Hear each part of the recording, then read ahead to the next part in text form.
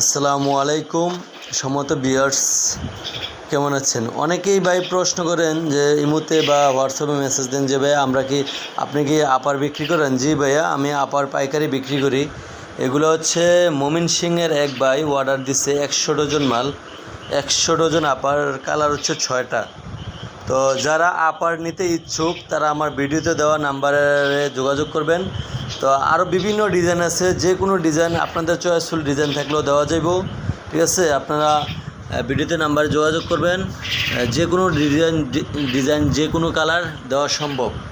আর যারা ভাইয়া ভিডিওটা নতুন দেখতেছেন তারা চ্যানেলটা সাবস্ক্রাইব করে ভিডিওটা শেয়ার করে দিবেন, আরও অন্য উদ্যোক্তারা যে উপকৃত হতে পারে।